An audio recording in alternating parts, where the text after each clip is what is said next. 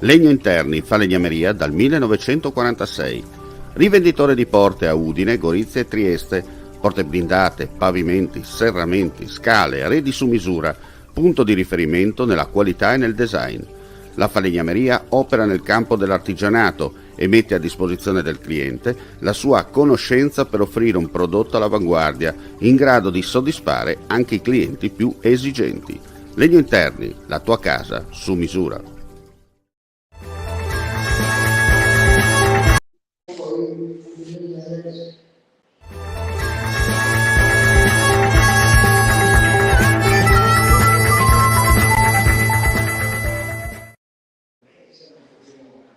Siamo in onda per quanto riguarda lo speciale, il focus dedicato su Forni di Sopra. Prima abbiamo sentito la rete d'impresa dalla voce diretta del presidente Maurizio Ferigo, ora invece sentiamo quella del primo cittadino, Marco Lenna, che ringrazio, già collegato con noi da Forni di Sopra. Allora, innanzitutto, che aria tira, signor Sindaco, da quelle parti?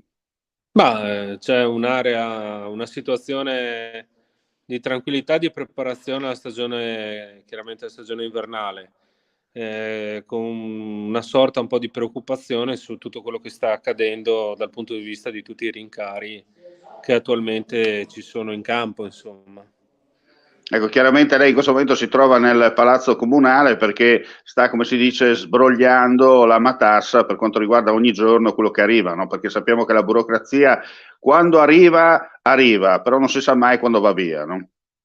Sì, assolutamente, ci sono tutta una serie di interventi che stiamo portando ancora avanti e proprio legato al rincaro prezzi adesso ci stiamo affrontando un tema alla volta e in maniera abbastanza anche difficile e problematica. Uno sui rincari prezzi ha toccato sicuramente tutti gli interventi che stiamo facendo di mitigazione del rischio idrogeologico, sia ancora interventi VAIA, sia interventi relativi all'alluvione del 28 giugno di quest'anno e quindi ci troviamo con una coperta che tutto di un colpo si è infeltrita, è diventata piccolissima, parlo coperta economica, sia da tutto quello che invece riguarda l'amministrazione comunale e riguarda tutta una serie di rincari che abbiamo oggettivamente dal punto di vista economico legati al rincaro dell'energia.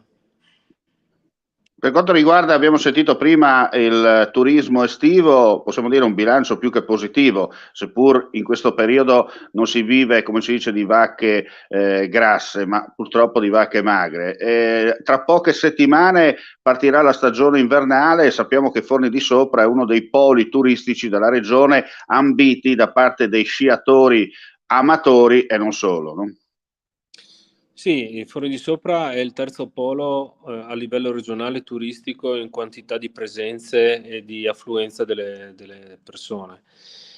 Abbiamo avuto una stagione estiva importante che ha visto anche dei numeri positivi pur essendo in un periodo di crisi economica oggettivamente.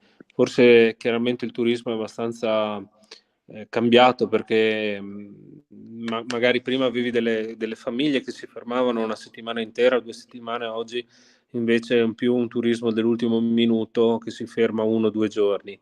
Però tutto sommato siamo riusciti a riproporre tutti i numeri dell'anno scorso, forse addirittura qualcosina di più.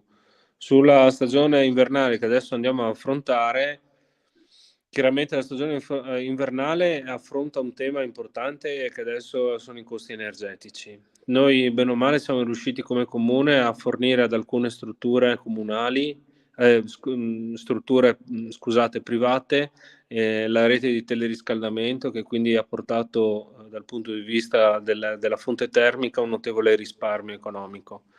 Altre ci stiamo adoperando per arrivare con la rete. Quello che ci preoccupa in maggior costi saranno sui costi dell'energia e energia elettrica, perché tutta la parte di innevamento che c'è sulle piste e quello che è anche l'atmosfera natalizia che dobbiamo dare alle persone che vengono, Certo. messa a rischio, insomma. Senta, tra pochi giorni si spera ci sarà il nuovo governo, chiaramente a marca centrodestra. Pochi minuti fa, proprio prima di iniziare con lei il collegamento, è stato eletto anche il presidente della Camera. Ricordiamo che Lorenzo Fontana, questa volta senza mal di pancia all'interno della maggioranza. Cosa si aspetta dall'eventuale governo Meloni, soprattutto a sostegno dei piccoli comuni, delle amministrazioni, dei territori, per cercare di far ripartire finalmente questa economia, anche se gli esperti del settore dicono che sarà un 2023 un po' non proprio rose e fiori. Ma allora, adesso sinceramente ci sono delle risorse messe in campo che oggettivamente non si vedono dal piano Marshall della ricostruzione dell'Italia. Mi riferisco al PNRR e non solo, perché adesso parleremo anche del nuovo PSR che adesso si chiama PSS. Quello che mi aspetto sinceramente è che ci sia una deburocratizzazione in maniera pesante. Oggi per fare una domanda sul PSR dobbiamo entrare in un portale dove ci saranno 50-70 pagine da compilare e ogni volta che le compili non arrivi mai in fondo, anzi ti chiedono integrazioni importanti. Mi aspetto sinceramente che ci sia una presa di coscienza nel capire che la montagna non è la pianura, che il vivere in montagna ha dei costi sinceramente molto molto più alti che vivere in pianura e soprattutto siamo in una situazione completamente diversa e dobbiamo tener conto anche che se perdiamo la montagna successivamente perderemo la pianura. Questo deve essere un concetto base che deve essere portato all'analisi di tutti i finanziamenti che vengono dati, Certo. soprattutto pensare anche che non possiamo più ragionare in numeri, in termini numerici, dire ma voi siete un paese di 1000 abitanti, sì, ma il mio paese fa 1000 abitanti, però fa 270.000 presenze turistiche l'anno. Questi sono numeri importanti che devono far capire che non dobbiamo Mi ragionare su permetta, signor numeri. Sindaco, 270.000 presenze turistiche che portano fatturato, cioè quei soldi vanno anche vanno a oliare anche la situazione un po' particolare delle casse del governo centrale, no? Sì, assolutamente, e oserei dire anche 270.000 presenze turistiche che versano i soldi in regione e che le imprese che lavorano nel mio territorio hanno tutte partita IVA in regione e quindi versano tutti gli oneri all'erario regionale, quindi rimangono sul territorio. Certo. E E quindi... per quanto riguarda... Prego, Mm. prego. No, no, dica.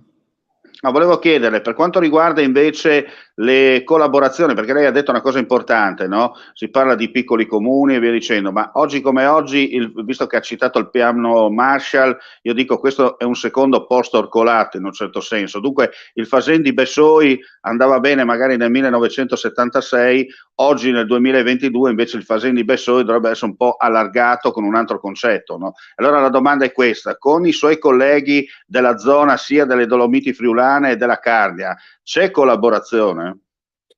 Allora, devo dire che c'è molta attenzione e c'è una collaborazione. Quello che noto invece c'è poca informazione e attenzione su quelli che sono i piani del PNRR. Proprio oggi, ho mandato un messaggio sulla chat dei sindaci della Carnia dicendo che sono fuori dei bandi del PNRR sul turismo digitale. Allora oggi ho fatto una battuta dicendo c'è un progetto di comunità di montagna, visto che riguarda tutti i 28 comuni e quindi secondo me deve essere un argomento affrontato all'interno della comunità di montagna sull'idea di cosa può essere un turismo digitale. Per una volta usciamo con un nome comune che si chiama Carnia e devo essere sincero, Famoso brand, no? famoso brand, esatto, sul quale Carnia dobbiamo tornare anche a fare una valutazione. Abbiamo il massiccio centrale dello Zoncolan, che è una fonte di attrattività turistica, ma ci sono i territori di confine come il mio e Sappada, Sauris e Fornavoltri, che invece sono le Dolomiti. Quindi abbiamo due brand molto importanti, ma che se non riusciamo a coinvolgere, metterli sotto uno stesso cappello, sono un nulla nell'intero mare turistico. Quindi Certo. il turismo digitale oggi è un qualcosa di importantissimo che va preso in considerazione, ma che come vedo non ci sono idee, cioè le idee le hanno i singoli comuni, ma vanno calate nell'idea generale, insomma. Volgarmente viene da dire, mi permetta, no? Chiacchiere da bar in un certo senso, no? Viene da dire c'è la volontà, però alla fine magari perché non ci sono i soliti ignoti che ci mangiano sopra non si può far partire il progetto. Sì, è una questione un po' per chi fa politica, io sono parecchi anni che la faccio, che si perde attenzione su dei cardini che sono fondamentali, magari spostando l'attenzione su altre cose che sono più di interesse. Questo è una cosa sbagliata, anche perché oggi un'amministrazione comunale mette in campo 150.000 progetti sapendo che ne andranno in porto 5. Però di quei 5 deve essere conscia che lei li porterà fino a termine, fino in fondo. Chiaro. Senta, per quanto riguarda, parlava di infrastrutture, ecco, prima con Ferigo aveva accennato un'idea magari di creare una specie di tunnel, no, di collegamento che bypassi l'annoso problema dello scalare e poi di scendere il passo della Mauria. Quando purtroppo si parla magari di infrastrutture che però, ripetiamo, hanno una ecosostenibilità del territorio, c'è sempre quello che storce il naso, sia a destra, a centro che a sinistra, no? Purtroppo è nella natura dell'uomo polemizzare, senza mai invece probabilmente sedersi intorno a un tavolo e dire se dobbiamo costruire una strada che va da A a B e sappiamo che questa strada è una strada fondamentale che ha una necessità impellente per tutta una serie di motivi, bene, sediamoci intorno a un tavolo per capire come questa strada possa essere fatta nel migliore dei modi e col minore impatto ambientale possibile o con tutti i crismi e gli accorgimenti necessari perché questa non sia un domani un problema, ma sia un beneficio di tutta la popolazione. Uno degli errori fondamentali che è stato fatto nella nostra vallata risale ancora agli anni del fascismo, agli anni del Duce, è stato quello di non aver realizzato la ferrovia che ci portava a Cortina. Perché oggi, giorno, notizia di ieri, in Val Aurina, per chi non lo sa in Trentino, ci sarà una bretella che collega un trenino elettrico, la Val Aurina, con la parte della Valpusteria e questo gli permetterà di fare dei collegamenti immediati nel giro di 10 minuti invece di perdere le mezz'ore, le 40 minuti per scendere in macchina.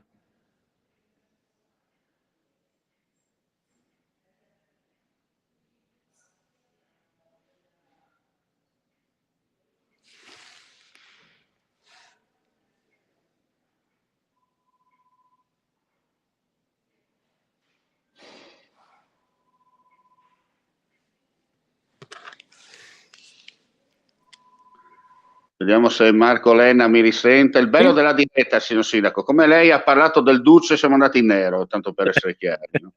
Ecco, tanto per fare la battuta. Ecco, Semplicemente stava parlando della linea ferroviaria, stava parlando della cosiddetta non terminata, la linea che doveva partire da Amaro e poi con la stazione della Carnia, pardon, arrivare a Callalzo e da qui verso Cortina d'Ampezzo.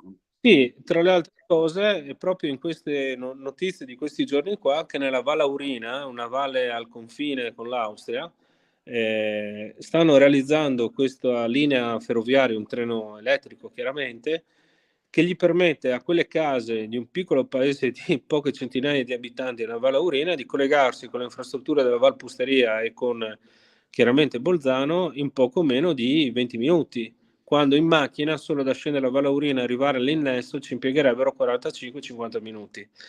Queste sono delle cose che nel tempo sono state delle scelte probabilmente ponderate in maniera leggera, perché oggi probabilmente un'infrastruttura ferroviaria con i crismi di oggi, come in Valpusteria che collega San Candido fino a Bolzano, ti permetterebbe di essere a Tolmezzo per chi vive in montagna come me, allo studio a Tolmezzo, in 15 minuti Certo. e con la sicurezza di essere all'interno di un trenino. Io adesso, ora lungi da me dire che bisogna realizzarlo e come realizzarlo, però le scelte, come torno a dire, vanno ponderate tutte attorno a un tavolo. Quelli potrebbero essere soldi del famoso PNNR, come lei ha sottolineato, insomma, utili proprio per far ripartire il territorio con delle formule, abbiamo detto, ecosostenibili, le infrastrutture, giustamente, come lei ha sottolineato, ma come il giorno d'oggi dobbiamo vedere, vanno fatte, però giustamente a misura, tra parentesi, di uomo e di natura, no? Assolutamente, nessuno dice che bisogna costruire autostrade o sventrare montagne, però ci sono oggi delle tecnologie che ti permettono di muoverti in maniera veloce, ma soprattutto un'altra cosa, di far sì che i ragazzi allo stesso tempo siano vicino alle realtà ludico, tra virgolette, ricreative o di informazione culturale, potrebbe essere Udine, ma allo stesso tempo poter vivere in montagna, perché uno oggi un quarto d'ora probabilmente di un treno che ti porta in piena sicurezza avanti e indietro lo accetta come spostamento, anche se a Udine sappiamo che quando ci muoviamo con i mezzi, magari per andare da Viale Aquilei a Gonà alla zona di Godia ci impieghiamo 40 minuti in autobus, senza muoversi con la macchina con tutti gli annessi e connessi che ci siano. Perfettamente d'accordo, sono perfettamente d'accordo con lei. Senta, per concludere, per quanto riguarda le imminenti Olimpiadi di Cortina Milano 2026, in un certo senso la zona delle Dolomiti Friulane verrà coinvolta nel progetto, anche se con attività di secondo piano, in un certo senso. Ma allora, noi rientriamo nell'area buffer, nell'area cuscinetto delle Olimpiadi e comunque comuni interessati perché in quanto infrastrutturati per gli allenamenti sportivi delle varie nazionali. Adesso saremo interessati dagli EIOF, che sono i giochi, tra virgolette, lasciatemelo passare, della gioventù riguardanti le Olimpiadi, e quindi abbiamo le discipline della risalita con gli sci d'alpinismo che diventerà disciplina olimpica in breve. Ci sono dei contatti, ci sono contatti abbastanza stretti per il ritiro di qualche nazionale, quello sì. Mhm. Bene, io Speriamo. ringrazio, perfetto, io ringrazio Marco Lenna, non voglio rubarle altri minuti preziosi per quanto riguarda la sua attività. Speriamo magari la prossima volta di riuscire anche a venire su, così faremo anche un'altra bella intervista direttamente da Forni di Sopra per far conoscere ulteriormente quelle che sono le bellezze di questa località incastonata, come detto, in Carnia, ma che è la capitale in un certo senso della Val Tagliamento e delle Dolomiti Friulane nel contesto, insomma, geografico. Buon lavoro signor Sindaco e come si dice alla prossima. Alla prossima, arrivederci a tutti. Bene, grazie al sindaco Marco Lenna. Approfitto, signor sindaco, perché non le ho fatto gli auguri anche di pronta guarigione, perché so che non ha avuto una bella esperienza di sua personale per quanto riguarda insomma la sua salute. La vedo di nuovo in forma e questa è la cosa importante. Grazie mille. Bene, approfitto anche per fare un augurio di pronta guarigione anche a Enzo Cainero, che in questi giorni insomma è in ospedale anche lui per problemi legati alla salute, ma sappiamo che le persone di tempra, quelle che hanno gli artigli sia visivi e non, escono sempre vincitrici. Per quanto ci riguarda, grazie per la visione all'ascolto e non resta che augurare a tutti voi un buon proseguimento di giornata. Alla prossima.